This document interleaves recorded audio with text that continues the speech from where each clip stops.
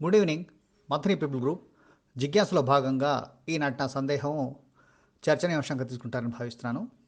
మన హైందవ ఆచార సంప్రదాయాల్లో దైవ కైంకర్యాల్లో ఏకబీజ, బహుబీజ, బీజరహిత వివిధ ఫలాలు నైవేద్యాలుగా సమర్పిస్తాం. అలాగే వివిధ ఫలరసాలు అభిషేకానికి కూడా వినియోగిస్తాం. అందులో ద్రాక్ష ఫలం, అమర ఫలం, పనస ఫలం, ఫల ప్రబంధం, జంబీర ఫలం, దాడిమి ఫలం, వివిధ రకాల ఫలాలు కూడా ఉపయోగిస్తుంటాం. ఇవన్నీ బీజజనిత వృక్ష సంతతికి చెందినవే. అంటే మనిషి కానీ పక్షులు కానీ ఎంగిలి చేసిన ఉచ్చిష్ట ఫల విత్తనాల ద్వారా మొలిచిన చెట్లకు కాసిన ఫలాలు. ఇంకా బీజరహిత ఉచ్చిష్టరాహిత్య వృక్ష సంతతి ఫలం కదలి ఫలం. ఇవి స్వచ్ఛమైన ఉచ్చిష్టమైనవిగా పవిత్ర ఫలాలుగా భావిస్తున్నాం.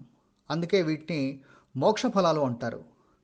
దత్తత ద్వారానే వీటి వృక్షాలు మొలుస్తాయి. అన్ని జీవరాశులు అయోజనిత పరబ్రహ్మ స్వరూపాలే అయినా ఫల నైవేద్య సమర్పణలో, అభిషేక నిర్వహణలో కామ్యార్థులకు ఫల ప్రాధాన్యతను, విశిష్టతను తెలియజేస్తారని విజ్ఞులకు విన్నపం. అలాగే గౌరవ సభ్యులు దైవభక్తి పరాయణులు తమ మనసుతో వచ్చిన అభిప్రాయం తెలియజేస్తారని కూడా భావిస్తున్నాను. ధన్యవాదాలు. అశోక్, చాలా మంచి ప్రశ్న అడిగావు.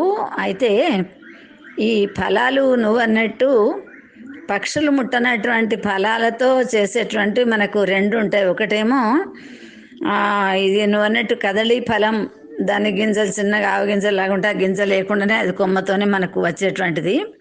ఇంకొకటేమో నారికేళ ఫలం. తప్పకుండా మనకు పంచామృత అభిషేకం తర్వాత నారికేళ వీటితో నీళ్లతో అభిషేకం చేయించాక శుద్ధోదక స్నానం చేయిస్తుంటారు.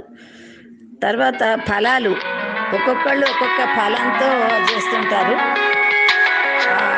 ఫలంతో చేసేటువంటివి కూడా ఎట్లా ఉంటాయంటే ఐశ్వర్యాన్ని ఇచ్చేటువంటివి, ఆరోగ్యం ఇచ్చేటువంటివి, తర్వాత శత్రు నాశనం చేసేటువంటివి అని చెప్పేసి నేను చదివాను ఒక చోట. ఇప్పుడు ఈ ద్రాక్ష పళ్ళ రసం శివలింగం మీద సోమవారం రోజు అభిషేకం చేస్తే ఎంతటి శత్రువులైనా కూడా వాళ్ళు నశిస్తారట. తర్వాత ఈ చేసినటువంటి అభిషేకం చేసినటువంటి ఆ ద్రాక్షారసం ఏదైతే ఉంటుందో దాన్ని మనం తీసుకోకుండా నల్ల చీమలకు కానీ ఎర్ర చీమలకు కానీ ఒక చెట్టు మొదట్లో పోయాలన్నట. అభిషేకం చేసినటువంటి ప్రతిదీ కూడా మనం పంచామృతంలాగా తీసుకుంటుంటాం కదా, కానీ ద్రాక్షారసం అది మాత్రం తీసుకోకూడదు అని చెప్పేసి కూడా చదివాను. తర్వాత 12 నెలలు ఏ ఏ నెలలో ఏ ఏ పండ్లు వస్తావో దాంతో అభిషేకాలు చేసేవాళ్ళు కూడా ఉంటారు. తర్వాత అన్నిటికంటే ముఖ్యమైనటువంటిది ఇక్షు రసం అని చెప్పేసి కూడా అంటారు. అది కూడా మనకు మరి ఎంగిలి కాదు అంటే అసలు తీపిదనం రావాలంటేనే దాంట్లో ఒక ఎర్రటి పురుగు ఉంటుందట. అందుకే పంచామృతాలు అన్నీ కూడా ఎంగిలైనవి అని చెప్పేసి కూడా మనకు పాట ఉన్నది. ఎందుకంటే లేగ ముడితేనే పాలు వస్తాయి, బ్యాక్టీరియా వస్తేనే పెరుగు అవుతుంది. తర్వాత అదేవిధంగా ఇప్పుడు బ్యాక్టీరియాలోంచి అది నెయ్యి కూడా అంతే కదా. తర్వాత తేనెటీగలు తీసుకొస్తాయి. చక్కెరకు కూడా చెరుకు గడలోంచి ఒక ఎరుపు పురుగు ఉంటుందట. అది వస్తేనే లోపల వస్తేనే తీపిదనం వస్తుంది అని చెప్పేసి కూడా చెప్తుంటారు. ఆ చెరుకు గడ పిండినప్పుడు మనకు ఆ పురుగు కనిపిస్తుంటుంది అన్నమాట. అయితే ఈ చెరుకు ఇక్షురసంతో చేస్తే కూడా యుద్ధానికి వెళ్ళేవాళ్ళు, తర్వాత వీటికి అనేకమైనటువంటి దిగ్విజయ యాత్రకు వెళ్ళి జైత్రయాత్రలకు వెళ్ళేటువంటి వాళ్ళు కూడా అమ్మవారికి చెరుకు రసం, ఇక్షురసం చాలా మంచిదట. మళ్ళీ ఒక్కొక్కళ్ళకు ఏ ఏ రసాలు ఇష్టం అని చెప్పేసి కూడా మనకు తెలియజేస్తుంటారు. ఉన్నాయి కొంతమంది చేస్తుంటారు ఈ వీటితో అభిషేకం చేయడం అనేటువంటిది చాలా మంచిది. నువ్వు అడిగావు. అయితే ఆయుష్, ఆరోగ్యం, జ్ఞానం, తర్వాత బుద్ధి, శత్రు వినాశనం అనేటువంటివి జరగాలి అని చెప్పేసి అంటే మనం ఈ రసాలతో అభిషేకం చేసుకోవాలి. ముఖ్యంగా సోమవారం రోజు శంకరుడికి, శుక్రవారం రోజు కానీ మంగళవారం రోజు కానీ దుర్గామాతకు, మహాలక్ష్మికి చేయడం అనేటువంటిది చాలా ముఖ్యమైనది, మంచిది అని చెప్పేసి కూడా నేను చదివాను. ఇంకా శంకరుడికి అయితే వేరే ఈ ఇక్షురసంతో కూడా ఆయనకు చేస్తారు. తర్వాత ద్రాక్ష రసంతో చేస్తే మాత్రం శత్రు సంహారం అవుతుంది అని చెప్పేసి కూడా చదివాను. ఇట్లా ఐశ్వర్యాన్ని ఇచ్చేటువంటివి అనేకమైనటువంటి ఏ పళ్ళ రసాలతో చేసా కూడా సకల ఐశ్వర్యాలు కూడా సమకూరుతాయని చెప్పేసి చెప్తారు. అందులో ఐశ్వర్యం అంటే కేవలం డబ్బే కాదు, ఆధ్యాత్మిక ఐశ్వర్యం, విభూతి అది కూడా కలగవచ్చు, జ్ఞానం కలగవచ్చు, తర్వాత తేజస్సు మనిషిలో ఒక విధమైనటువంటి అది ఆధ్యాత్మిక చింతన, ఇలాంటివన్నీ కూడా మనకు ఐశ్వర్యం కిందనే వస్తాయి. కనుక ఆయా రసాలతో ఆయా ఋతువులలో దొరికేటువంటి పళ్ళతో చేస్తే భగవంతుడు తృప్తి పడతాడు అని చెప్పేసి ఉన్నది. కనుక అది చాలా ఓపికగా నమ్మక చెమ్మకాలతో వాడితో కూడా రుద్రాభిషేకం అది మాకు భిక్షేశ్వర గుళ్ళలో చేయిస్తుంటారు. చాలా మంచిది అని చెప్పేసి చెప్తారు. ఇది నాకు తెలిసినటువంటి. అశోక్ గారు, ఈరోజు నైవేద్యంగా సకల ఫలాలను అంటే ఏకబీజ, ద్విబీజ, బహుబీజ ఫలాలను ఎన్నో రకాలుగా మీరు చెప్పి వాటిని నైవేద్యాలుగా పెడతారు. కానీ దాంట్లో మరి ఎన్నో ఫలాలు కొందరు ఇంగిల్ చేసి వేయడం వలన వృక్షాలుగా మలిచి వాటి నుంచి వస్తాయి అని చెప్పేసి అవి పెట్టొచ్చా అని చెప్పేసి, మరి ఈ నైవేద్యంలో కానీ అభిషేకంలో కానీ ఫల ప్రాధాన్యత, దాని విశిష్టత గురించి అడిగారు. చక్కగానే ఉంది. నాకు తెలిసింది చెప్తాను నేను. అంటే భగవంతునికి చేసే మనం ఉపచారాలలో నైవేద్యం అనేది ఒకటి. ఎందుకంటే అన్ని సృష్టిలో ఉన్న ఫలమే కావచ్చు, ఏదైనా వస్తువే కావచ్చు, సకల చరాచర సృష్టి భగవంతుడిచ్చిందే కాబట్టి మళ్ళీ ఆ భగవంతుడికి మనం నైవేద్య రూపాన ఏదో ఒక పదార్థం, ఏదో ఒక ఫలము, పత్రం, పుష్పం, ఫలం, తోయం అని చెప్పేసి ఆ భగవంతుడు ఈ 4 రకాలలో పత్రాన్ని ఇచ్చిన, ఒక తులసి దళం కానీ మారేడు దళం కానీ ఏ పత్రాన్ని పెట్టినా, తర్వాత మరి పుష్పం, ఎటువంటి నానా జాతి పుష్పాలున్నాయి, నానా రకాల పుష్పాలున్నాయి, ఏ పుష్పాన్ని పెట్టినా కూడా, ఫలం ఏ ఫలాన్ని పెట్టినా కూడా, తోయం ఏమి లేకుంటే ఒకటి నీళ్లు పోసినా కూడా, ఉదకం పోసినా కూడా భగవంతుడు మనకు అన్నీ స్వీకరిస్తాడు అని చెప్పేసి మనకు ఎన్నో శాస్త్రాల్లో పురాణాలలో చెప్పారు. తర్వాత మనకు ఏమీ లేనప్పుడు కూడా, అంటే ఉన్నవాడి దగ్గర ఉన్నట్టు చేస్తాడు పూజ, లేనివాడు లేనట్టు కూడా పూజ చేస్తాడు. కాబట్టి శంకరాచార్యులు మానస పూజ అని చెప్పేసి, అంటే ఏమి లేని మనస్సులోనే తలుచుకొని, మనస్సులోనే అన్నీ కూడా శక్తోపచార, భక్తోపచార, రాజోపచార, ఇవన్నీ కూడా నైవేద్యాలు ఏవి ఉంటాయి మనస్సుతోనే పెట్టు ఉంటాడు. ఎటువంటివి అవసరం లేవు అని చెప్పేసి అది చాలు, మనస్సులో ఉండాలి. అక్కడ వస్తు రూపేణ కాదు, మనస్సులో ఉండాలి ఏదైనా కూడా. సరే, అక్కడ ఏదో ఒకటి మనకు భగవంతుడు మనకిస్తున్నాడు. మన వేళ్ళు, మన 5 వేళ్ళు మన నోట్లోకి పోతున్నప్పుడు మన దగ్గర మన శక్తి కొలది ఏదో ఒకటి పెట్టాలంట. దాంట్లో శ్రేష్టమైనవి కూడా చెప్పారు.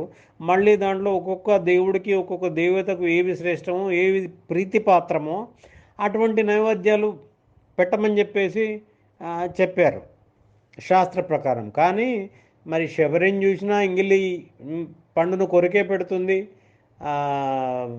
కన్నప్ప, భక్త కన్నప్ప కూడా మరి ఏది దొరుకుతుందే పెడతాడు. ఆ మాంసం అదో దాన్ని అంటారు, ఉన్నదే పెడతాడు. ఇటువంటివన్నీ కూడా మనకు పురాణాలలో ఉన్నాయి కథలుగా. కాబట్టి ఏంటంటే భగవంతునికి మనఃపూర్వకంగా మన శక్తి కొలది ఏది పెట్టినా కూడా అది ప్రీతిపాత్రమే భగవంతునికి. అంతేగాని భగవంతుడు తింటాడని కాదు. అక్కడ అభిషేకానికి వస్తే ఈ ఫలాభిషేకాలు రకరకాల ఇప్పుడు మన రుద్రాభిషేకంలో ఈ మధ్యలో కొన్ని యాడ్ చేస్తున్నారు. కానీ మరి దేవతలకు పంచామృతాభిషేకాలే కానీ ఫలరసాలతోటి అంటే పంచామృతాభిషేకాలలో పంచామృతంలో చెప్పాడు ఈ కదలీఫలం అని చెప్పేసి మీరు అరటిపండు గురించి చెప్పారు. అది శ్రేష్టమైనది అని చెప్పేసి నారికేళం కూడా శ్రేష్టమైనది. అంటే దీనికో కొత్త ఉంది, దానికో కొత్త ఉంది. నారికేళం కొట్టి దాన్ని నీళ్లు జల్లడం అనేది పరమ పవిత్రమైంది. మరి కదలీఫల నైవేద్యం అనేది ఎందుకు చెప్తారంటే మరి నాకు తెలిసిన కథ ఒకటి చెప్తాను. కదలీఫలానికి అంత శ్రేష్టత, అంత విశిష్టత, అంత ఆ, ఆ, అదంతా ఎట్లా వచ్చింది అన్నదానికి ఇది ఉరువుడు అని చెప్పేసి ఒక మహర్షి ఉంటాడు. ఆ ఉరువుడికి తపోశక్తి వల్ల ఒక ఒక బాలికను సృష్టించి పెద్ద చేసి ఏం చేస్తాడంటే మంచి కందషి అని పేరు పెడతాడు. పేరు పెట్టేసి ఎవరికి ఇవ్వాలంటే ఆయనకు మరి తపోసంపన్నుడైన దూర్వాస మహామునే కనబడతాడు. ఎందుకంటే ఈ పిల్ల బహు అందగత్తె అయినా కూడా కోపం ఎక్కువ, ముక్కోపి. ఇటువంటి దాన్ని ఎవరికైనా ఇచ్చాననుకో మరి కష్టమవుతుంది వాడి జీవితం అంతా అని చెప్పేసి ఎవరికి ఇవ్వాలని ఆలోచించి దూర్వాసునికి ఇచ్చి పెళ్లి చేస్తాడు. ఆయనే ముక్కోపి, ఈమె ముక్కోపి. ఇద్దరి జీవితం అనేది ఎట్లా ఉంటుందో మీరు చూడండి. అయినా కూడా దూర్వాసుడు ముక్కోపి అని తెలిసి ఆయనకు తగ్గట్టుగా ఈమె సంసారం చేస్తుంటుంది.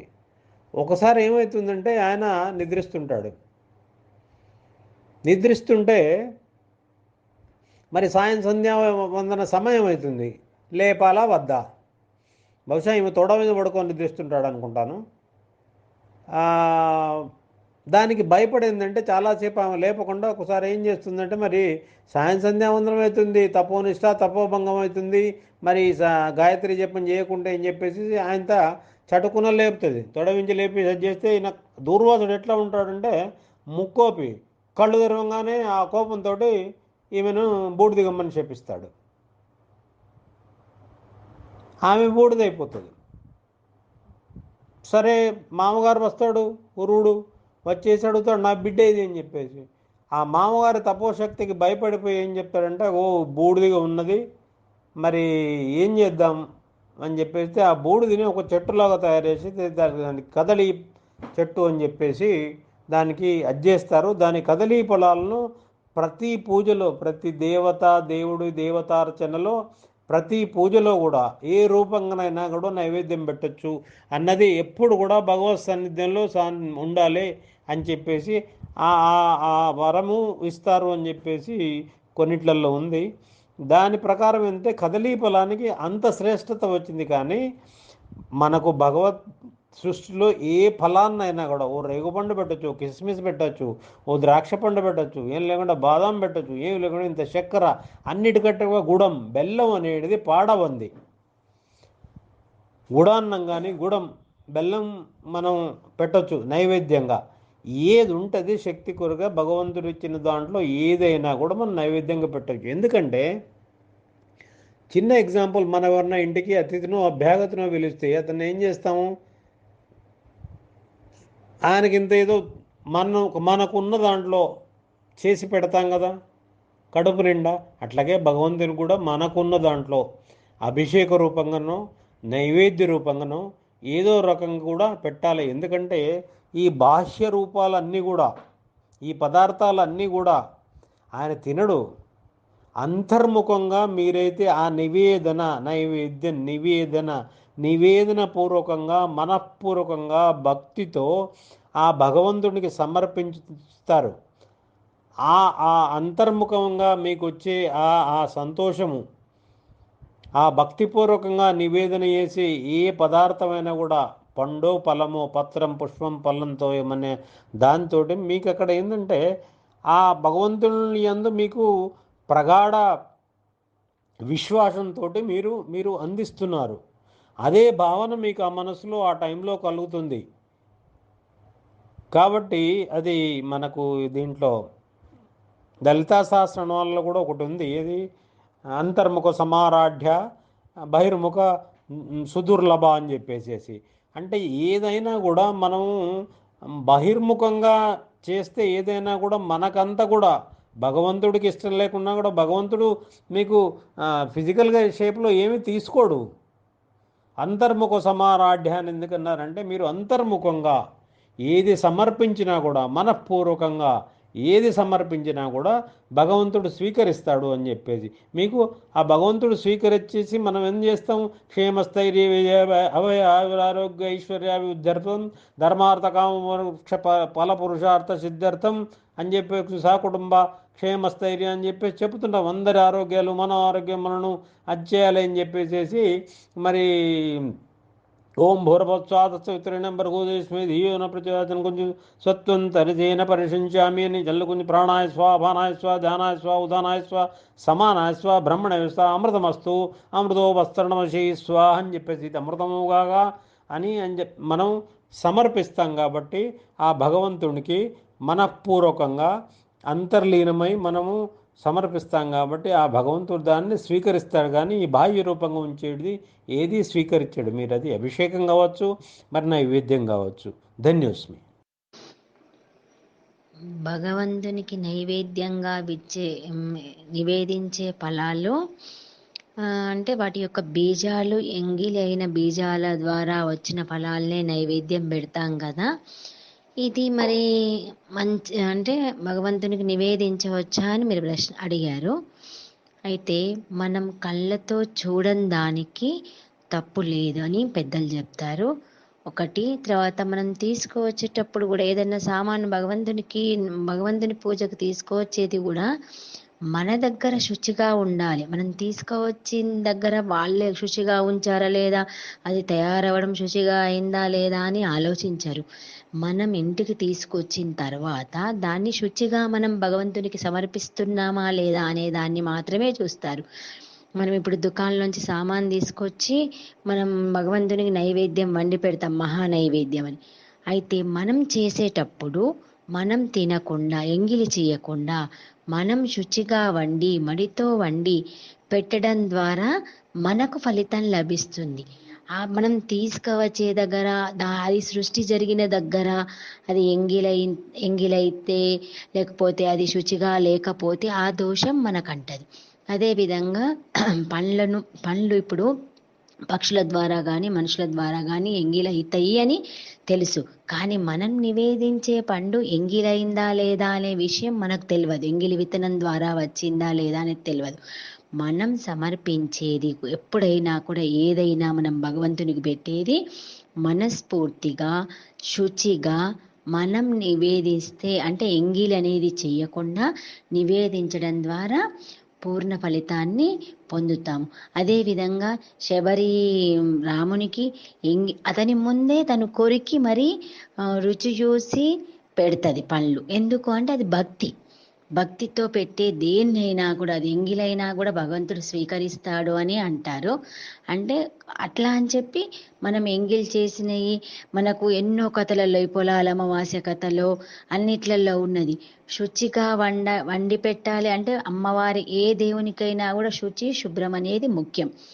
అయితే అది ఎక్కడి నుంచి వచ్చింది, అది అశుచిగా వచ్చిందా అనేది అవసరం లేదు. మనం నివేదించేటప్పుడు మాత్రం దాన్ని శుచిగా శుభ్రంగా ఎంగిలి కాకుండా పెట్టడం ద్వారా దాని యొక్క ఫలితాలను పొందవచ్చు అని నేను పెద్దల ద్వారా విన్నదాన్ని మాత్రమే మీకు చెప్తున్నాను. ఎందుకంటే మనం చేసే పని మాత్రమే మనం చేసేదాన్ని మాత్రమే భగవంతుడు పరిగణలోకి తీసుకుంటాడు. కాబట్టి మనం చేసేటప్పుడు మనం శుచిగా సమర్పిస్తే సరిపోతుంది. అదేవిధంగా కదలీ ఫలం నారికేల ఫలమే శ్రేష్టం. అసలు ఒకప్పటి నుంచి కూడా ఇప్పుడు ఈ రకరకాల పండ్లు వచ్చినాయి, ఫలరసాలను భగవంతుని మీద పోస్తున్నారు. కానీ భగవంతునికి నీటితోని అభిషేకం చేయడం, నారికేల ఫలంతో అభిషేకం చేయడం, తర్వాత కదలీ ఫలాన్ని నైవేద్యంగా సమర్పించడం, ఇవి మాత్రమే మనం సత్యనారాయణ పూజలో కూడా మనం చూస్తాం. ఇప్పుడు ఊసే పండ్లు తర్వాత అంగూర్లు అన్నీ పెడుతున్నారు. కానీ అరటిపండు తర్వాత కొబ్బరికాయ ముక్కలు ఇవి మాత్రమే నైవేద్యంగా పెట్టేవాళ్ళు. అంటే నేను నాకన్నా ముందు నుంచి మీరు చూసిన వాళ్ళే, మీకు నేను చెప్పేదాన్ని కాదు. కానీ నేను చూసిన దాన్ని నాకు తెలిసిన దాన్ని మాత్రమే వివరిస్తున్నాను. శ్రీ అశోక్ గారు, మీరు అడిగారు దైవ కైంకర్యం లోపల ఈ యొక్క ఫలముల యొక్క రసముతోటి అభిషేకం యొక్క ప్రాశస్త్యము, దాని యొక్క విశిష్టత తెలుపమని చెప్పారు. అయితే ఇప్పుడు మనకు పంచామృతాలు ఆ, పాలు, పెరుగు, నెయ్యి, తేనె, పంచదార.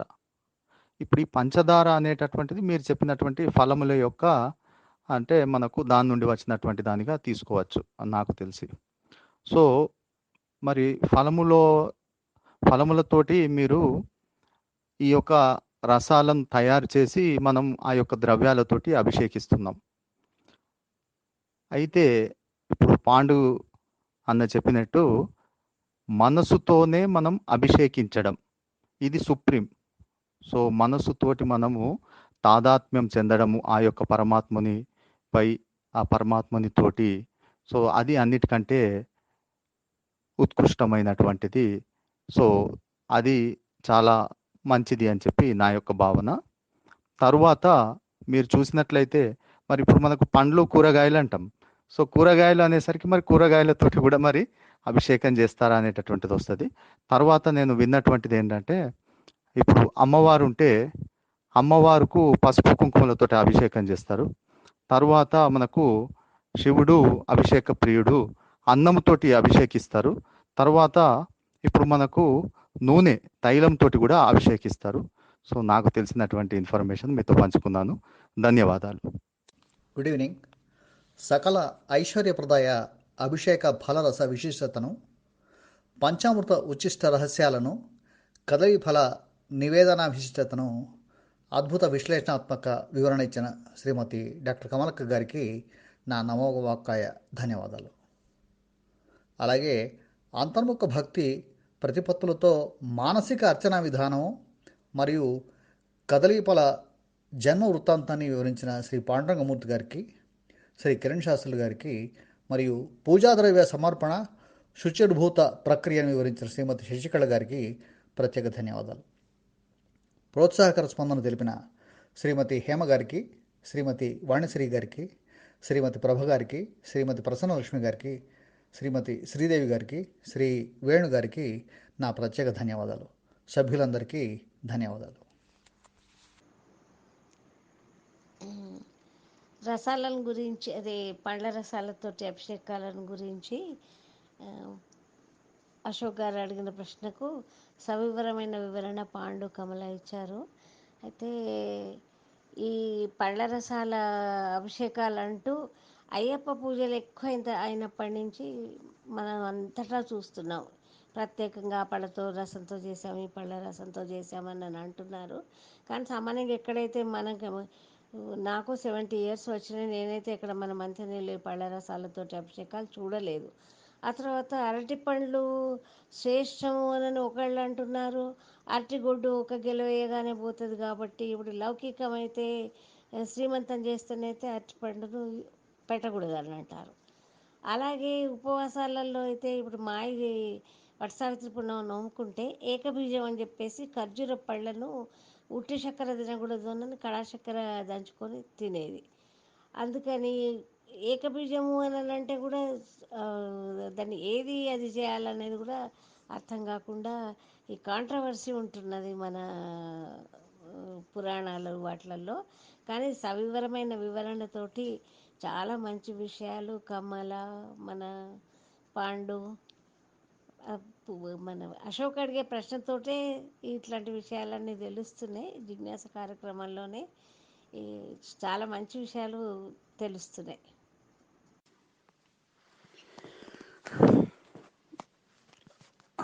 నమస్కారం అండి. రుద్రవట్ల అశోక్ గారు, చాలా మంచి ప్రశ్ననే. అయితే ఇక్కడ 2 విషయాలు చూడాలి. మీరు భగవంతునికి ఫలాలు సమర్పించడం అన్నారు. అది 2 రకాలు.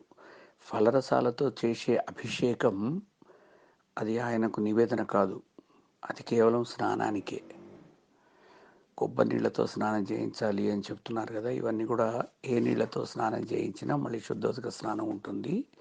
ఫలరసాలతో గనక భగవంతునికి స్నానం చేయిస్తే, అభిషేకం చేస్తే, వాటికి సంతాన ప్రాప్తి కోసం కొన్ని ఫలాలు, విద్యాభివృద్ధికి, జ్ఞానవృద్ధికి కొన్ని ఫలాలు, శత్రునాశనానికి కొన్ని ఫలాలు, ఏమంటే సత్సంతాన సఫలావాప్త్యర్థం అంటారు. కాబట్టి ఒక్కొక్క ఫల రస అభిషేకాలకి ఒక్కొక్క ఫలం ఉంటుంది. అది కూడా వేదకాలంలో ఇదంతా లేదండి. కేవలం శివునికి అభిషేకం చేసేటప్పుడు స్మార్తంలో మహాన్యాసంలో వస్తుంటాయి. అందులో కూడా ఫలాభిషేకం అన్నాడు కానీ ఫలరసాలతోటి ఈ ఈ ఫలం అంటూ నిర్దేశం లేదు. మన వాళ్ళు తర్వాత సరే సంత్రాలు, అంగూర్లు ఇవన్నీ కూడా ఋతుకాలోద్భవ ఫలాలన్నీ కూడా తెచ్చేసి వాటి రసాలు తీసి శ్రద్ధతో భగవంతుని యొక్క లింగాన్ని కడగడం, శివునికి అభిషేకం చేయడం కద్దు మనం చూస్తూ ఉంటాం. విష్ణుమూర్తికి అయితే అభిషేకం అంటే కేవలం చందనంతో, చందనాభిషేకమే, గంధం అద్ది పసుపు అద్ది, అమ్మవారికి అయితే పసుపు అద్దుతారు, అయ్యవారికి అయితే చందనం పసుపు కలిపింది అద్ది సహస్రధారతోటి భగవంతునికి అభిషేకం చేస్తారు. ఇది ఒకటి. ఇక పళ్ళను నైవేద్యం పెట్టడం అనేటువంటిది అన్నారు. నైవేద్యం పెట్టేటప్పుడు మనం తినడానికి ఏది యోగ్యమో అది భగవంతునికి నైవేద్యం పెట్టాలి. అందుకే నైవేద్యం పెట్టేటప్పుడు పండు యొక్క తొక్కను ఒలిచి లేదా టెంకాయను 2 ముక్కలుగా కొట్టి భగవంతునికి పెట్టాలి. దానికి మళ్ళీ బొట్లు పెట్టడం అది లేదండి. దాంట్లో కేవలం వేస్తే పంచదార వేయాలి. టెంకాయ చుప్పల్లో జుట్టు తీయాలన్నా, షెల్లును వలగొట్టిన తర్వాత జుట్టు తీసి పెట్టాలన్నా, దానికి బొట్టు పెట్టాలన్నా ఇవన్నీ ఏమి లేదండి భగవంతునికి. కేవలం ఫల సమర్పణ మాత్రమే ఉన్నది. ఆ చెప్పే మంత్రంలో కూడా టెంకాయ కొట్టి నీళ్లు పోస్తున్నప్పుడు యా ఫలనీరి యా ఫల అపుష్పాయాశ్చ పుష్పిణి ఈహి బృహస్పతి ప్రసూత స్థానో ముంచంత్వహస అని అపుష్పములు ఉన్నటువంటి ఫలాలు నీళ్లు కొన్ని, పుష్పములున్న ఫలాల నీళ్లు కొన్ని, వీటిని భగవంతునికి సమర్పించడం. అలాగా ఆ మంత్రంతో సమర్పిస్తారు. ఇక నైవేద్యం పెట్టేటప్పుడు ఫలం మనోరథ ఫలం పుత్రపౌత్ర ప్రవర్ధనం యస్మాత్ తస్మాత్ శివం మే స్యాత్ అతః శాంతిం ప్రయచ్చమే. అయ్యా భగవంతుడా, ఫలం మనోరథ ఫలం. మనోరథం అంటే కోరిక. నా కోరికలను ఫలింపచేసేటువంటి ఫలాన్ని నీకు ఇస్తున్నాను. పుత్రపౌత్ర ప్రవర్ధనం, పుత్రులు పౌత్రులు అందరూ కూడా కలిగేటువంటిది, సత్సంతానం కలగడం కోసం ఈ పండును నీకు ఇస్తున్నాను. యస్మాత్ తస్మాత్ శివం మే స్యాత్. శివం అంటే మంగళం. ఇది ఇచ్చినందువలన నాకు మంగళము కలుగుగాక. అతః శాంతిం ప్రయచ్చమే. అలాగే శాంతిని నాకు ప్రసాదించు అంటూ భగవంతుడికి ఫలాన్ని సమర్పిస్తారు. ఆ తర్వాత భోజనం పెట్టాక ఫలం ఇచ్చాక తాంబూలం ఇస్తారు. తాంబూలంలో కూడా మళ్ళీ పూగి ఫలం ఇస్తారు. అంటే మన వక్క పలుకు అంటారు కదా, పూగి ఫలం అంటారు. ఇలాగా భగవంతునికి అర్పించేటువంటి పళ్ళు నివేదనకు వేరే పళ్ళు ఉంటాయి, అభిషేకానికి పళ్ళు మళ్ళీ వేరే ఉంటాయి. అభిషేకం చేసినటువంటి పళ్ళ రసాన్ని మనం తీర్థంగా తీసుకోవచ్చు. భగవంతునికి నివేదన చేసిన తర్వాత ఉన్నటువంటి పళ్ళను మనము నైవేద్యం పెట్టిన తర్వాత ప్రసాదంగా కూడా తీసుకోవచ్చు. తప్పనిసరిగా భగవంతునికి మనం ఎలా తింటామో అలా పెట్టాలి.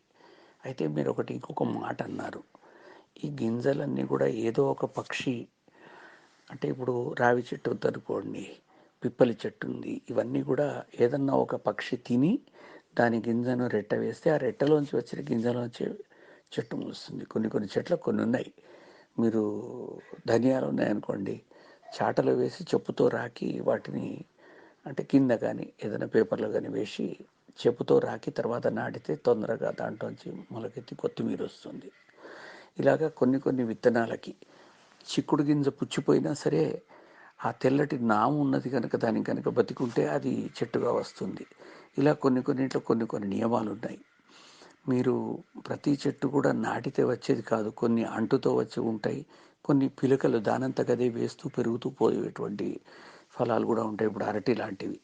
అరటి అయితే నిజంగా అది శాపం. చండికకి దాని తండ్రి ఉద్దాలకుని భార్య అయినటువంటి చండికి తండ్రి శాపం ఇస్తాడు. భర్త మాట విననందుకు నీవు అరటి చెట్టు వైపు పుట్టమని చెప్పి, అరటి చెట్టు అని అనడు, నీకు అసలు పిల్లలు కలగరు, నీకు సంతానం కలగదు, గొడ్రాలు పోతావు అంటాడు, నీ ముఖం ఎవరు చూడరు అంటాడు. తండ్రి ఎన్నో రకాలుగా శపిస్తే తర్వాత కాళ్ళ మీద పడి ఏడ్చి, నా మనస్సు చక్కగా ఆలోచిస్తుంది, మాట వక్రంగా వస్తుంది తండ్రి, నేనేం చేయను అని ఏడుస్తుంది. అప్పుడు మళ్ళీ శాపావసానంలో దాన్ని అరటి చెట్టుగా పుట్టమంటారు. అంటే నీ కర్ర ఎవరికి పనికిరాదు అన్నాడు కదా, అందుకే అరటి చెట్టు కర్ర ఉండదు, ఫైబరే ఉంటుంది, అది ఎవరికి పనికిరాదు. అలాగే నీకు ఒకటే సంతానం కలుగుతుంది, సంతానం ఉండదు అని ముందు శపిస్తాడు, తర్వాత ఒక్క సంతానమే కలుగుతుంది అంటాడు. అలాగా నీ మొహం చూడొద్దు అంటారు. అందుకే అరటి చెట్టును పొద్దున్నే చూడరు, ఎవరు కూడా నిద్రలేవంగానే చూడరు. పెరట్లో వెనకాల వేస్తారు, బెడ్రూమ్ పక్కన వేసుకోకూడదు, దూరంగా నీరు పారే చోట వేస్తారు. ఈ విధంగా అరటి చెట్టు శాపంతో పుట్టింది కనుక దాంట్లో చెక్క ఉండదు. దాని పండు శ్రేష్టం అని చెప్తున్నారు. ఏ పండైనా భగవంతునికి శ్రేష్టమే. ఎందుకంటే ఉచ్ఛిష్టం అనేటువంటిది మనం అనుకుంటాం, ఉచ్ఛిష్టం కానిది ఇది నిజంగా శివునికి అయితే 5 వస్తువులు చాలా ప్రీతికరమట. అవేంటంటే ఉచ్ఛిష్టం అంటే ఎంగిలి, ఆ, ఆ, ఉచ్ఛిష్టం, శివ నిర్మాల్యం, ఉమ్, ఆ, ఉచ్ఛిష్టం శివ నిర్మాల్యం, వమనం శవకర్పటం. వమనం అంటే కక్కు, శవకర్పటం అంటే శవం వీధి బట్ట, ఆ, కాకవిష్ఠ సముత్పన్నం, కాకి రెట్టలోంచి కాకి రెట్ట. ఇవన్నీ కూడా శివప్రీతికరాలను కవి అంటాడు. అవేలా ప్రీతికరాలండి అంటే ఆ, చెబుతాడు. ఉచ్ఛిష్టం అంటే ఎంగిలి. ఆవు పాలు ఎంగిలి అయిన తర్వాతనే మనం తీసుకుంటాం.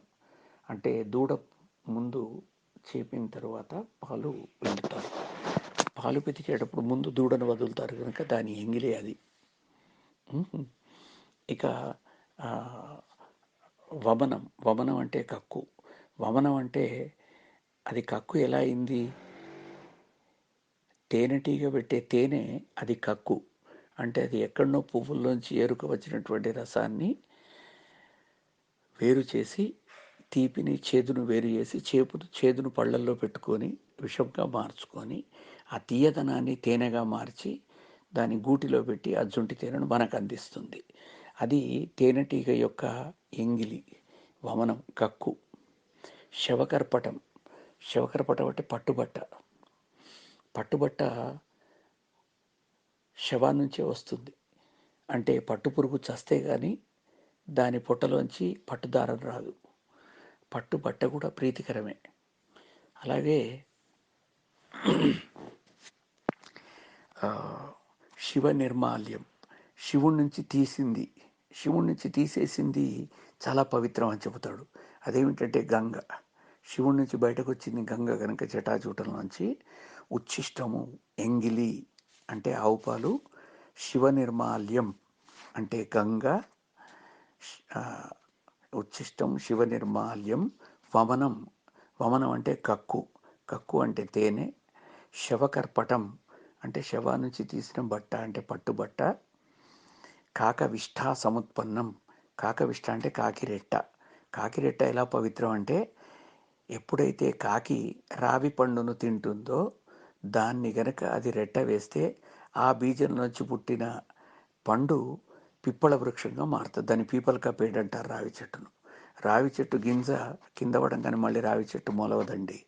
అది ఏదైనా పక్షి తిని, ముఖ్యంగా కాకులు తింటాయి, ఆ కాకి తిని మళ్ళీ అది రెట్ట వేసినటువంటి రెట్టలోంచి వచ్చిన బీజమే మొలకెత్తితే రావి చెట్టు అవుతుంది. దాని యొక్క పొట్టు గాలికి ఎగిరిపోయి ఏ గోడ పర్రెలో పోయి పడ్డా సరే ఆ గోడ పగుళ్లలో కూడా చెట్లు మొలచడానికి కారణం అదే. కాబట్టి ఎంత చిన్ననైనటువంటి సన్ననైనటువంటి మన గసగసాల లాంటి గింజలు కూడా గాలికి ఎగిరి అవి అలాగే చెట్టుగా మొలుస్తాయి. అది మొలవాలంటే కాకవిష్ట కావాలి, అంటే కాకి రెట్టలోంచే రావాలి. ఇలాంటివి 5 పవిత్రమైన వస్తువులు అని చెప్పి ఒక చోట కవి చెబుతాడు. కాబట్టి శాస్త్రబద్ధంగా చూస్తే ఇవన్నీ ఎంగిళ్ళు, కక్కు, శవబట్ట ఇవన్నీ కాదండి. మనస్సు పవిత్రంగా ఉంటే ఏ పవిత్ర మనస్సుతో మనం సమర్పిస్తామో దాన్ని మనం ఒప్పుకోవాలి. ఇప్పుడు పాండు గారు చెప్పినట్టుగా భక్త కన్నప్ప కానివ్వండి, శబరి కానివ్వండి, వీళ్ళంతా సమర్పించినవి ఉన్నాయి చూశారా. అవన్నిట్లలో భక్తినే భగవంతుడు చూస్తాడు. కాబట్టి భక్తి ప్రియో మాధవ. మాధవుడు భక్తి ప్రియుడు. భగవంతుడు భక్తిని ఒప్పుకుంటాడు తప్ప ఈ బాహ్య చేష్టలను ఒప్పుకోడు. ఆయనకు ఏది ముట్టుడు ఏది ఎంగిలి ఇవన్నీ తెలియవు. వ్యాధస్యాచరణం. బోయవాడు ఏం చదువుకున్నాడు? అతనికి రామాయణ కావ్యం రాసేటువంటిది ఇచ్చాడు. కుబ్జ ఏమి సేవ చేసిందని ఆమెకు అందమైన రూపాన్ని ప్రసాదించాడు. యాదవపతి ఉగ్రసేనునికి ఎలాగా రాజ్యాన్ని ప్రసాదించాడు. అలాగే కుచేలుడి యొక్క అర్హత ఏముందని అతనికి అంత పెద్ద ఐశ్వర్యాన్ని ఇచ్చి అటుకులు తినే ఐశ్వర్యాన్ని ఇచ్చాడు. ఇలాగా భగవంతుడు భక్త్యా తుష్యతి మాధవ భక్తిప్రియో మాధవ. భక్త్యా తుష్యతి, భక్తితోటి భగవంతుడు సంతోషిస్తాడు తప్ప యుక్తితో కాదు. మనం ఎలా కడిగి పెట్టామా, చాలా శ్రద్ధ చేసి అంత ఇంత చేసి పెట్టినా సరే ఎక్కడనో ఒక చోట అమాంగళం జరుగుతుంది. అమాంగళం అంటే అమంగళం. కాబట్టి భగవంతుడు భక్తిని చూస్తాడు తప్ప మీ యొక్క యుక్తిని చూడడు. అందుకని వీలైనంత వరకు భగవంతునికి మనం ఏది తింటే మనకు యోగ్యం అనిపిస్తుందో అది అలాగా భగవంతునికి పెట్టాలి. అందుకే అరటిపండును కొంచెం ఒలిచి తొక్క ఒలిచి అక్కడ పెడతారు భగవంతుడు తినడానికి యోగ్యంగా. టెంకాయను కూడా ఆ గట్టిగా ఉండే షెల్లును పగలగొట్టి 2 ముక్కలు చేసి కొబ్బరిని భగవంతునికి సమర్పిస్తారు. అందులో బెల్లం కానీ చక్కెర కానీ వేసి. ఈ విధంగా భగవంతునికి ఇష్టం ఏది అంటే భక్తి మాత్రమే తప్ప అందులో యుక్తిని చూడకూడదు అని చెప్పి శాస్త్రం చెబుతోంది. ధన్యవాదాలు. మంచి పళ్ళ గురించి మంచి ప్రశ్న వేశారు. అందులో ఏకబీజ ఫలాలు భగవంతుని నైవేద్యం పెట్టినప్పుడు ఎంత తక్కువ బీజాలు ఉంటే అంత మంచిది అని చెప్పి చెప్తారు. ఇప్పుడు నిర్బీజ ఫలాలు ఉంటాయి, అంటే సీడ్లెస్ ద్రాక్ష ఉంటాయి చూసారా, ఎండు ద్రాక్ష సీడ్లెస్ అంటారు. దాన్ని నిర్బీజ ఫలం అంటారు, బీజాలు లేనటువంటిది. ఏకబీజ ఫలం అంటే మన ఖర్జూరం లాంటిది, అందులో ఒకటే బీజం ఉంటుంది. బహుబీజ ఫలం అంటే మన జామ, వెలగ ఇలాంటివన్నీ కూడా బహుబీజ ఫలాలు. కాబట్టి భగవంతునికి పెట్టేటువంటి పండు భక్తిని చూస్తాడు తప్ప అది ఏకబీజమా, ద్విబీజమా, బహుబీజమా, నిర్బీజమా అనేటువంటిది భగవంతునికి సంబంధం లేనటువంటి విషయం. మనం ఏది తినగలమో దాన్ని పెట్టాలి. అది విషముష్టి పండునది, అందులో విషం ఉంటుంది. ఆ పండు నువ్వు తింటావా? తినవు, కనుక దాన్ని నైవేద్యం పెట్టకూడదు. ఉమ్మెత్తకాయ ఉన్నది, అన్ని కాయలు తింటాడు భగవంతుడు అని చెప్పి కాయ అది తింటే పిచ్చి అవుతాడు. ఆ ఉమ్మెత్తకాయని దేవునికి పెట్టాం కదా. పాలు మనం తాగుతాం, జిల్లెడులోంచి కూడా పాలు వస్తాయి. ఆ పాలు కంట్లో పడితే కళ్ళు పోతాయి. అలా జిల్లెడు పాలను మనం దేవునికి ఎలా నైవేద్యం పెడతాం? అలాగా మనం ఏది తినగలిగితే మనిషి తిన యోగ్యమైనటువంటి ప్రతి వస్తువును కూడా భగవంతునికి ఎంగిలి కాకుండా పెడితే శుభ్రమైనటువంటిది. అది అంతకుముందు ఎంగిలి నుంచి పుట్టిందా అనేటువంటి విషయాన్ని భగవంతుడు పరికించడు అని చెప్పి నా యొక్క ఉద్దేశం. అందుకనే మంత్రంలో ఏమని చెప్తారంటే, ఇదం ఫలం మయా నీతం స్థాపితం పురతస్తవ. హే భగవంతుడా, ఈ ఫలాన్ని నీ ముందర పెట్టాను, తేనమే సఫల వ్యాప్తి భవే జన్మని జన్మని. ఈ పండిచ్చినందువల్ల నాకు జన్మ జన్మలకు కూడా సాఫల్యాన్ని అనుగ్రహించవయ్యా అంటూ ఆ మంత్రం చెప్పి అక్కడ పెడతారు. ఇదం ఫలం మయా దేవ స్థాపితం పురతస్తవ తేన మే సఫల వ్యాప్తి భవేత్ జన్మని జన్మని. ఫలం మనోరథ ఫలం పుత్రపౌత్ర ప్రవర్ధనం యస్మాత్ తస్మాత్ శుభం మే స్యాత్, లేదా శివం మే స్యాత్ అతః శాంతిం ప్రయచ్చమే అంటూ భగవంతుడికి భక్తితోటి ఫలాన్ని సమర్పించాలి అని చెప్పి శాస్త్రాలు చెబుతున్నాయి. ఇక పళ్ళ రసాలు అనేటువంటివి అభిషేకానికి సంబంధించినటువంటివి. అందరి దేవతలకి అలాంటి పళ్ళతో అభిషేకం చేసేటువంటి సంప్రదాయం లేదు. ఎక్కువగా శివుడికి చేస్తారు, శర్కరతోటి పళ్ళ రసాలతోటి అభిషేకం చేస్తారు. అవన్నీ కూడా వాంఛలతో చేస్తారు. ఏ పండుతో ఏ ఫలరసంతో చేస్తే ఏ వాంఛ నెరవేరుతుందో, కోరిక నెరవేరుతుందో అలాంటి ఫలాలతో మాత్రమే శివునికి అభిషేకం, ఆ కోరికతో అంటే కామనలతో చేసేటువంటి అభిషేకాలు అవన్నీ కూడా. కానీ భగవంతుడు ఇవన్నిటిని దేన్ని చూడడు. ఆయన దృష్టి కేవలం దేనిపైన ఉంటుందంటే భక్తితో ఏదిస్తున్నాడా అని. భగవంతుడికి భక్తితోటి పత్రం కానీ, పుష్పం కానీ, ఫలం కానీ, తోయం కానీ మనం కనుక సమర్పిస్తే దాన్ని మాత్రమే ఆయన స్వీకరిస్తాడు. భక్తిని చూస్తాడు తప్ప మన యొక్క యుక్తిని కాదు అని నేను అనుకుంటున్నాను. ధన్యవాదాలు. మీ రంగి సత్యనారాయణ, మంథని, ప్రస్తుత నివాసం ఆస్టిన్, టెక్సాస్. అశోక్, నువ్వు అడిగినటువంటి యొక్క క్వశ్చన్ చాలా బాగుంది. అయితే ఈ ఫలాలు, ఫలరసాలతోటి అభిషేకాలు, ఫలాల నైవేద్యం ఇవన్నీ మనకు పూర్వకాలం నుంచి చెప్పబడ్డాయి పూజా విధానాలలో.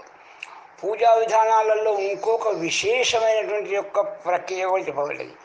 ఏమంటారంటే, పూజ చేసేటప్పుడు ఆ ఋతువులు నువ్వు ఎప్పుడైతే పూజ చేస్తున్నావో మనం సంకల్పం చెప్పుకునేటప్పుడే ఆ ఋతువును కూడా మనం జ్ఞాపకం చేసుకుంటాం.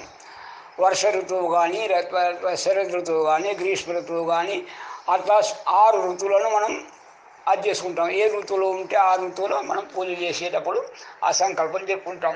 ఋతువు, అయనము, తర్వాత పక్షము, వారము, తిథి యోగము కరణము ఇవన్నీ కూడా చెప్పుకుంటాం.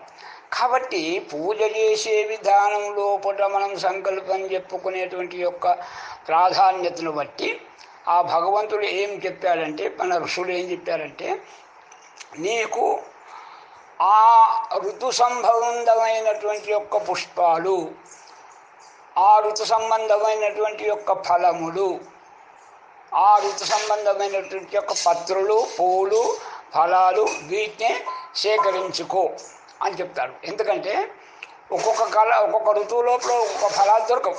కాబట్టి అందుకోసమే ఆ క్లారిఫికేషన్ క్లియర్గా ఇచ్చాడు. ఋతుకాలోద్భవై పుష్పై అని చెప్తాడు. అంటే ఆ ఋతుకాలం లోపల దొరికేటువంటి యొక్క పుష్పాలు ఫలాలతోటి చేయమంటాడు. తర్వాత ఈ అభిషేక విధానం చాలా దాంట్లో చాలా విధానంగా చెప్పబడ్డాయి. చాలా దేవతలకు విశిష్టమైనటువంటి ఒక పద్ధతుల్లో చెప్పబడ్డాయి. ఒక్కొక్కటి ఏంటంటే పరమాత్మనికి ఏది ఇష్టమవుతుందో ఆ విధంగా చెప్పబడ్డది. అదే మనం రుద్రాభిషేకం చేస్తాం. రుద్రాభిషేకం చేసేటప్పుడు 11 ఆవర్తనలతోటి ఏకాదశి రుద్రం అని చేస్తాం. మనం చేసేటప్పుడు ఒక్కొక్క ఆవర్తికి పంచామృతాలు 5 తీసుకొని సెపరేట్గా వేరే క్షీరాభిషేకం, దధి అభిషేకము, తర్వాత ఘృతాభిషేకము, మధు అభిషేకము, శర్కరాభిషేకం చేసిన తర్వాత మళ్ళీ ఒక్కొక్క మనకు ఆ ఋతువుల్లో సంభవించినటువంటి యొక్క ఫలాలు, ఆ ఫలరసాలతోటి. ఎందుకంటే మరి ఆ పరమాత్మ చెప్పాడు, ఇప్పుడంటేనేమో ఈ కాలమాన పరిస్థితుల్లో అన్ని ఫలాలు అన్ని ఋతువుల్లో దొరుకుతున్నాయి. అయినా కొన్ని ఫలాలు దొరకవు. నేరేడు ఫలాలు కనీసమైనా కానీ ఈ ఆషాఢ మాసం, గ్రీష్మ ఋతువు, వర్ష ఋతువు మధ్యలోనే తర్వాత దొరకమన్నా దొరకవు. కాబట్టి ఆ యొక్క ఫలరసాలు ఎప్పుడైతే మనం ఆ స్వాములకు, ఆ పరమాత్మనికి అభిషేకం చేస్తామో ఆ ఋతువును సంబంధించినటువంటి యొక్క ఆ ఋతుకాలంలో దొరికేటువంటి యొక్క ఫలాలు శ్రేష్టం. ఎందుకంటే ఈ ఫలాలకు కూడా ఒకటి నిర్దేశన చేసి పెట్టాడు పరమాత్మ. ఆ ఫలాలను ఆ ఋతువులో తింటేనే వాటికి ఆనందమైనటువంటి యొక్క ఆ రసాన్ని ఆపాదించి పెట్టాడు పరమాత్మ. ఇప్పుడు మామిడి పండ్లే ఉన్నాయి. ఎండాకాలం వస్తేనే మామిడి పండ్లకు ఆ రుచి ఉంటుంది. వేరే కాలంలో దొరికే మామిడి పండ్లకు ఆ రుచి ఉండదు, ఆ టేస్ట్ ఉండదు, అది ఉండదు. కాబట్టి రుచికరమైనటువంటి యొక్క పదార్థం ఎప్పుడు ఉంటుంది? ఆ ఋతు ప్రభావం వలన. అట్లాగే జామ పండ్లు కానీ ఏ ఫలాలైనా కానీ ఆ ఫలం, ఇవి సీతాఫలాలు ఉన్నాయి. సీతాఫలాలు కనీసం మనకి చలికాలంలోనే వస్తాయి, తర్వాత రమణ రావు.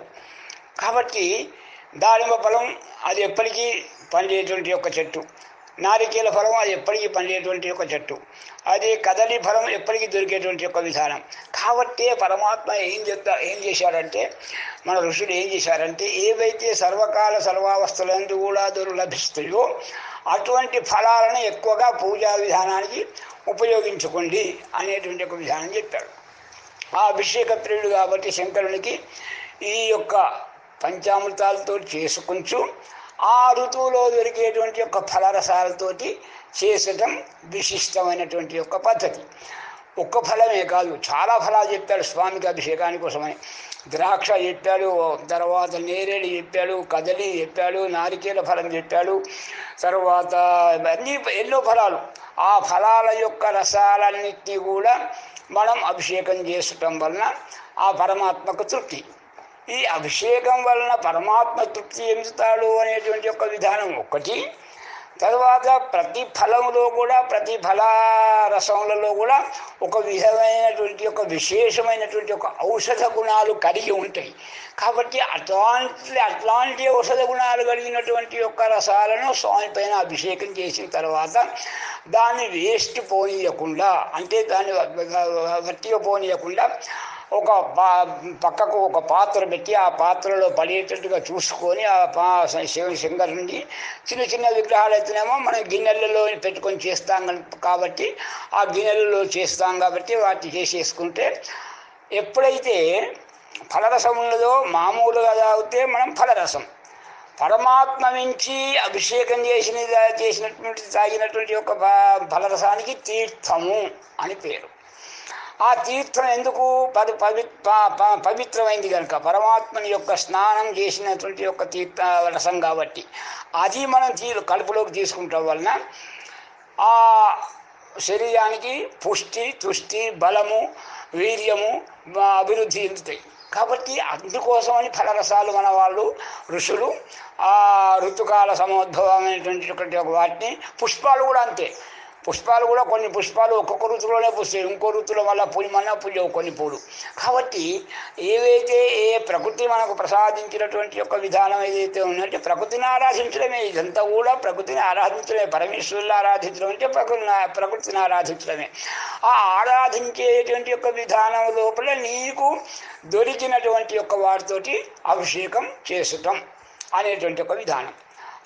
పరమాత్మకు ఇంకా ఎన్ని ఇష్టం అంటే భస్మాభిషేకం ఇష్టం, రుద్రాభిషేకం అంటే రుద్రాక్షరం నీళ్ళలో వేసేసి ఆ నీళ్ళతోటి అభిషేకం చేసుకోవడం ఇష్టం పరమాత్మకు, శంకరునికి.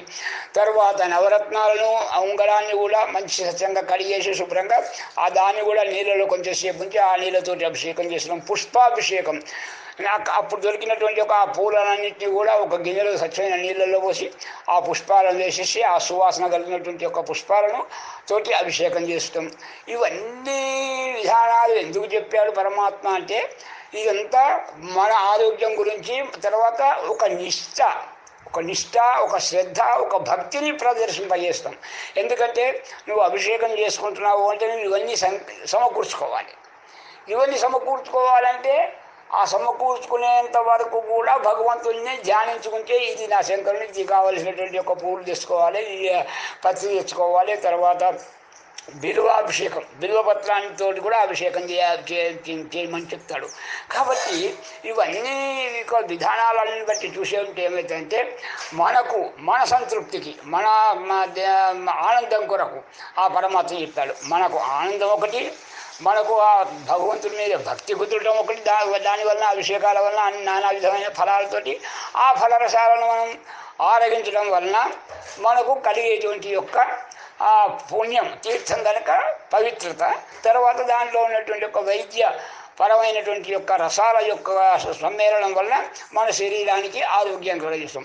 ఇన్ని తీర్ల గుణాలన్నీ కూడా ఆపాదింపబడి ఉన్నది కాబట్టి ఈ అభిషేకం. తర్వాత ఈ కదలీ ఫలం యొక్క విశేషం చాలా ఉన్నది. కదలి యొక్క పూర్వజన వృత్తాంతం అంతా మనకు తెలిసిందే, ఆ దూర్వాస మహర్షి యొక్క కథ అదంతా. తర్వాత కదలి ఎప్పటికీ దొరుకుతుంది, వర్షాకాలం, చలికాలం, ఎండాకాలం, 3 కాలాలు సదా సర్వ కాలాలు కదలి ఫలం దొరుకుతుంది. తర్వాత ఇంకో ఫలాలన్నింటిలో కూడా అది పండాక దాన్ని పొట్టు తీసడం ఈజీ, తర్వాత సులభం, తర్వాత దాన్ని తినటం సులభం, అది అడగటం కూడా సులభమే. ఎన్ని తిన్నా అన్ని ఫలాలు ఉన్నాయి, కానీ ఈ ఫలం యొక్క కదలి ఫలం ఎన్నో రోగాల మీద ఉపయోగపడుతుంది ఒక్కొక్కసారి. కాబట్టి అంత విశిష్టమైనటువంటి యొక్క కదలి ఫలం తోటి పూజ చేస్తాం, కదలి ఫలం నైవేద్యం పెట్టడం. కదలి ఫలాన్ని మనం ప్రసాదంగా స్వీకరించేందుకోసమే పెట్టాడు, మన కోసమే పెట్టాడు. మన శరీర ఆరోగ్యాలను అనుసరించే ఈ యొక్క అభిషేకాలు, ఫలరసాల అభిషేకాలు, ఫల నైవేద్యాలు. అలాగే నారికేల ఫలం సదా సర్వకాలాలు దొరుకుతుంది. అది శంకర స్వరూపం. గంగ ఎక్కడ ఉంటుంది? శంకరుని జడలో ఉంటుంది. ఇక్కడ ఈ గంగ ఎక్కడ ఉంటుంది? ఆ నారికేలం లోపల ఉంటుంది. అందుకోసమే శంకరునికి ఆ నారికేలానికి పోల్చాడు. దీన్ని కూడా ఇద్దరు మనం ఒకసారి విచారించుకున్నాం. త్రినేత్రధారి నచశూల పాణి ఘటం ధరిత్రి నఘటో నమేఘ అనేటువంటి యొక్క దాని విషయం లోపల ఆ యొక్క కొబ్బరికాయ కూడా విశిష్టత కూడా కలిగి ఉన్నది. ఆ కొబ్బరికాయ నీళ్ళు ఏమిటంట, ఒకసారి సోయాదుని అడగ, మరి కొబ్బరికాయ ఎందుకు కొట్టాలన్నాయా అంటే, కొడుక మనకు గంగ దొరకదు, గంగ దొరికినప్పుడు ఏం చేస్తాం, మరి గంగోదకంతో ఆయనకు అభిషేకం చేయాలి. కాబట్టి ఈ నారికేల ఫలోదకం గంగోదక సమానం అని చెప్పాడనమాట. కాబట్టి గంగతో సమానమైనటువంటి యొక్క పునీతమైన గంగ పవిత్రమైంది, అట్లాగే నారికేల ఫలోదకం కూడా పవిత్రమైంది. దాంతో అభిషేకం చేసడం, నారికేలంతో అభిషేకం చేయడం వల్ల లాభం ఏంది, దాంట్లో లోపల ఉన్న చిప్పల్లో ఉన్న యొక్క కొబ్బరిని కూడా ప్రసాదంగా నివేదన చేస్తాం.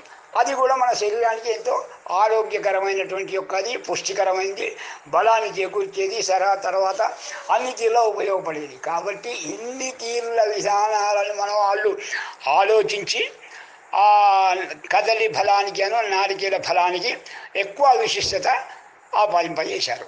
చాలా మంచి క్వశ్చన్ వేశావు, చాలా సంతోషం, చాలా సంతోషం. అందరూ కూడా బాగానే చెప్పారు. సరే, నాకు తెలిసిన విషయాల లోపల నేను కూడా ఆ యొక్క పూజా విధానానికి ఉపయోగించే విధానాన్ని చెప్పాను. చాలా సంతోషం, శుభం. నిన్న రాత్రి చెప్పలేదు, సంతోషం.